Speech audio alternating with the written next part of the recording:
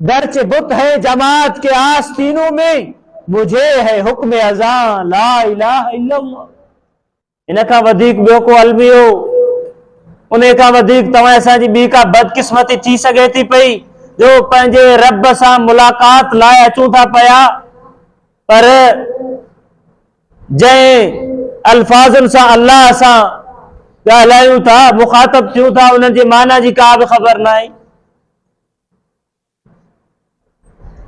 अॼु क़ुरान मजीद हिन दुनिया में सब खां ज़्यादा मज़लूम, सब खां ज़्यादा मज़लूम ही क़ुरान मजीद, जंहिंखे दुनिया में तमाम किताबनि मज़ा ज़्यादा पढ़ियो वञे थो पियो। क़ुरान मजीद के दुनिया जे तमाम किताबुनि मां ज़्यादा पढ़ियो वञे थो पियो, पर तव्हां असां मुसलमाननि जी बदकिस्मती इन किताब के बग़ैर समझण जे पढ़ियो वञे थो पियो। जो अल्फाज तव्हां असां पढ़ूं था पिया, इन में अल्लाह असांखे छा ॿुधाइण घुरे थो पियो, उन में अल्लाह असां सां जेको आहे कहिड़ियूं ॻाल्हियूं, कहिड़ा अहकाम ॿुधाइण घुरे थो पियो, उन्हनि खां अॼु असांजो मुसलमान बेख़बर है। सुबुह जो उथंदो, क़ुरान मजीद के चुमी ॾेई करे दिल में ख्याल अथसि त मां हाणे क़ुरान मजीद जो हक़ अदा करे चुको। अञा बि जेकॾहिं नमाज़ी आहे, नमाज पढ़ी करे 5-10 मिंट वेही रहंदो, अल्फाज अदा कंदो, ख़बर न आहे त उन अल्फाज़नि में मूंखे अल्लाह ॿुधाइण छा थो घुरे, उन में ख़ुदा जा कहिड़ा अहकाम आहिनि, ऐं दिल में ख़ुशि आहे त रोज़ानो इन्हनि अल्फाज़ुनि जे अदायगी सबब क़ुरान मजीद जो हक़ अदा थिए थो पियो। अञा बि इन खां ज़्यादा त सुबुह जो उथी करे पंहिंजे मासूम ॿारनि खे उथाईंदो, हलो मदरसे में कारी साहब वटि क़ुरान पढ़ो।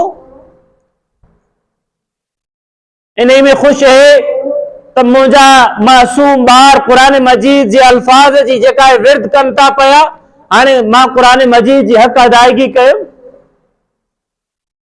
पाण खे मसनूई दिलजाईअ में रखे थो पियो त मां क़ुरान मजीद के चुमी ॾिनमि, क़ुरान मजीद जो हक़ अदा थी वियो। मां क़ुरान मजीद के बग़ैर समझण जे, बग़ैर उन ते तदब्बुर गौर फिक्र करण जे उन खे पढ़ियुमि, बसि इन जो हक़ अदा थी वियो। मां पंहिंजे मासूम ॿारनि के मदरसे में कारी साहब वटि छॾे थो अचां, उहो उन खे सिर्फ़ अल्फाज उन जा पढ़ाईंदो, इन सां क़ुरान मजीद जी जेका हक़ अदा थी, पाण खे मसनूई ख़ुशियूं थो ॾे त बसि इन सां हक़ अदा थिए थो, लेकिन इन सां हक़ अदा नथो थिए क़ुरान मजीद। क़ुरान मजीद आकिल बालिग इंसान लाइ आहे। क़ुरान मजीद कंहिं लाइ अक़लमंद हुजे, बालिग हुजे, क़ुरान मजीद उन्हनि सां मुखातब है।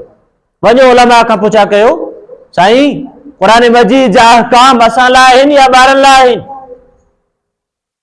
क़ुरान मजीद असां सां मुखातब है या मासूम ॿारनि सां मुखातब है? वञी करे उलमा खां पुछा करियो। क़ुरान मजीद ॿारनि लाइ न आहे, क़ुरान मजीद तव्हां असां सां मुखातब है, ऐं तव्हां असांजी लागर्जी बेतकी इन हद ताईं पहुतल है जो उन खे समझण लाइ तयार न आहियूं। तॾहिं अल्लाह तबारक व तआला फरमाए थो पियो, वक़ाल रसूल या रब इन क़ौम इत्तख़ज़ू हाज़ल क़ुरआन महजूरा।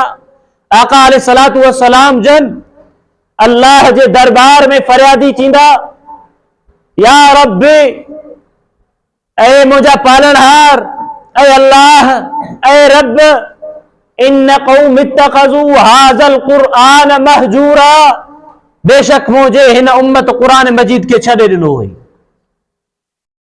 दरबार कंहिंजो हूंदो? अल्लाह जो। फरियादी केरु हूंदो? रसूलुल्लाह सल्लल्लाहु अलैहि वसल्लम जन।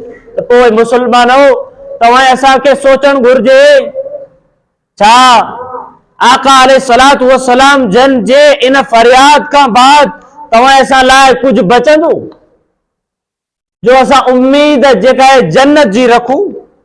उम्मीद रखूं त असां खां रब बि राज़ी हूंदो, रसूल सल्लल्लाहु अलैहि वसल्लम जन बि राज़ी हूंदो। हालांकि असां हिन अल्लाह जे धरतीअ ते उन जे किताब खे मज़लूम बणाए छॾियो आहे। अॼु क़ुरान मजीद के फैसलन में रखंदा त बाबा फैसलो क़ुरान ते, फैसलो क़ुरान ते, पर उन्हनि फैसलन में क़ुरान मजीद बंद पियो हूंदो। जेको फैसलो आहे, जेके ॿ फरीक, जेके ॿ धुरियूं पाण में विढ़ियल आहिनि, इन्हनि जो ठाह कीअं कराइजे,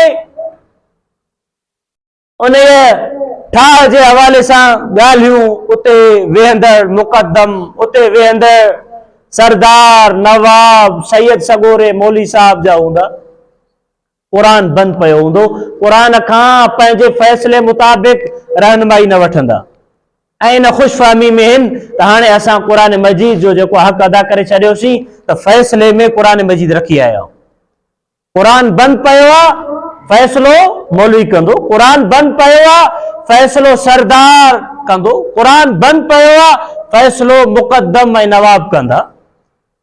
इहा क़ुरान मजीद सां ज़्यादती न आहे जो अल्लाह साईं तव्हां असांजे तमाम मसाइल जे रहनुमाई लाइ हिन क़ुरान मजीद के मोकिलियो।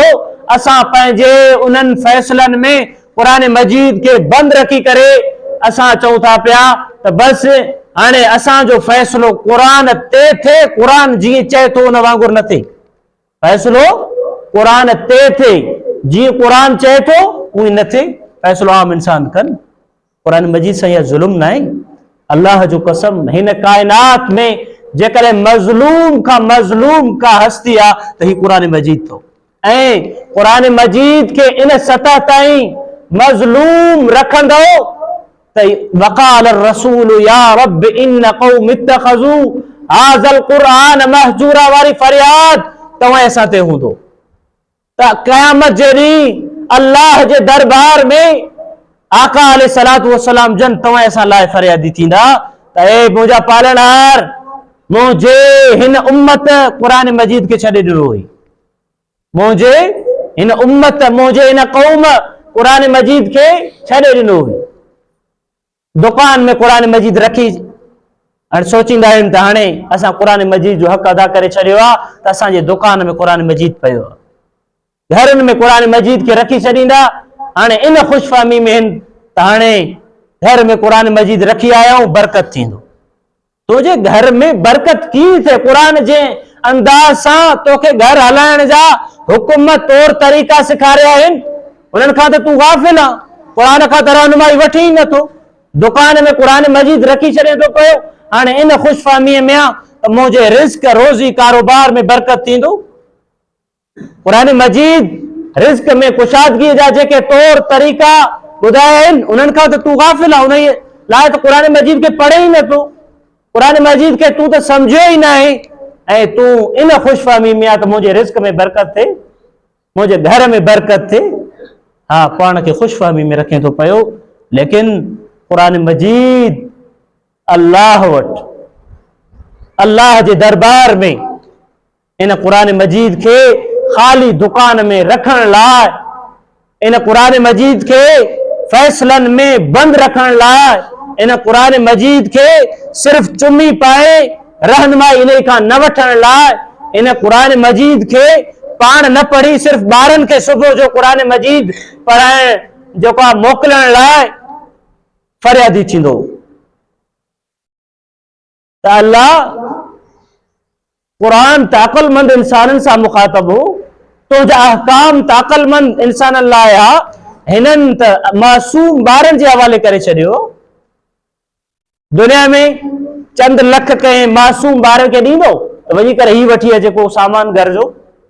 मुंहिंजे ख़्याल में आलू वठण लाइ मासूम ॿारनि खे न मोकिलींदा, मथां रेड़ी वारो जेको ख़राब आलू उन जे हवाले करे छॾे, पर मासूम ॿार जे हवाले कयूं था पिया त ही अल्लाह जो जेके अहकाम कयूं था पिया। हाणे तूं ॼाण क़ुरान ॼाणे, असांजो इन सां को कमु न। ऐं बदकिस्मतीअ सां जॾहिं उहो असांजो मासूम ॿार क़ुरान मजीद खे पंहिंजे उन बचपन वारे ज़िंदगी में मुकमल करे थो, जॾहिं उहो असांजो मासूम ॿार बुलूगत के पहुंचे थो पयो त उन वक्त उन जे ख्याल में, उन जे ज़हन में, उन जे दिमाग में या भुल है तो कुरान मजीद मां बचपन में हाणे पूरो करे आयुसि, हाणे मूंखे कुरान मजीद पढ़ण जी का बि ज़रूरत नाहे। त इन अंदाज़ सां कुरान मजीद जो इस्तेमाल केरु करे थो पियो, जो कुरान मजीद के गले में तो तावीज़ बनाए करे लटकाए छॾींदासीं पिया, पर उन खां रहनुमाई न वठंदासीं। नमाज में कुरान मजीद जा अल्फाज तो पढ़ंदासीं, पर ख़बर नाहे अलहम्द जी माना चाहे, अन्नास जी माना चाहे, कुल जी माना चाहे, का बि ख़बर नाहे। नमाज तो अदा थी वेंदो, मसलो ई नाहे, पर नमाज में जेके आयतूं तव्हां पढ़ियूं उनमें अल्लाह तव्हांखे छा ॿुधाइण घुरे थो पियो, तव्हां अल्लाह खे कहिड़ियूं ॻाल्हियूं करियो था पिया, पाण खे बि ख़बर न अथसि। बसि सिर्फ़ जेके अल्फाज यादि अथसि अरबीअ जा उहे दोहराईंदो पियो।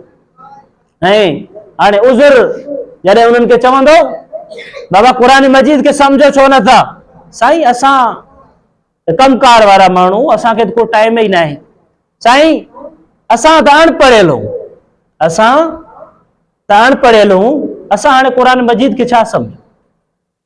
इल्म लाइ पढ़ण लाइ जेका आहे कंहिं बि उमिरि जी ज़रूरत नाहे।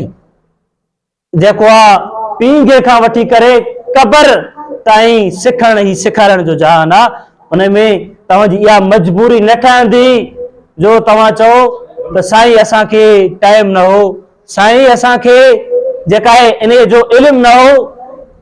क़यामत जे ॾींहुं जेकॾहिं इन अंदाज़ सां पेश थियो था जो फ़ैसिला त क़ुरान ते थियनि पर क़ुरान जी चए थो उन मुताबिक़ न थियनि, इन अंदाज़ में अल्लाह जे हवाले थियो था पिया जो क़ुरान मजीद के समझण बदिरां सिर्फ़ चुमी ॾेई करे उनखे रखी छॾियो, हाणे इन खां रहनुमाई वठण जी ज़रूरत नाहे। इन अंदाज में फौत थियो था पिया जो तव्हां असांजी ज़िंदगी उन कैफ़ियत में गुज़री जो सिर्फ़ अरबिक जेके अल्फाज आहिनि उन्हनि खे पढ़ी करे सम्झूं था पिया त हाणे जन्नत असां लाइ, असां जन्नत लाइ, त पोइ तव्हां असां ख्वाबनि जी दुनिया में रहूं था पिया, हक़ीक़ी दुनिया में तव्हां असांजी को बि ताल्लुक़ नाहे। दुनिया में आया हो त हिन अल्लाह जे धरतीअ ते रही करे ज़िंदगी अल्लाह जे ॾसियल फरमान मुताबिक़ गुज़ारियो, वरना तव्हां असांजे हिन दुनिया में अचण जो ज़र्रे बराबर कोई फ़ाइदो कोन अथव। अञा बि तव्हां खां पुछाणो थींदो 40 साल 60 साल 70 साल जी जेका तोखे ज़िंदगी मिली, जेका तोखे टाइम पीरियड मुदो मिलियो, उन में तूं छा करे आहीं। पोइ अल्लाह जे साम्हूं बि हीअं चवंदो त असां जाहिल हुआसीं, असां ख़बर न आहे। उते इहा शइ जवाबु ॾींदो असां वटि टाइम न हो, बच्चनि जे रोज़ीअ में मसरूफ़ हुआसीं।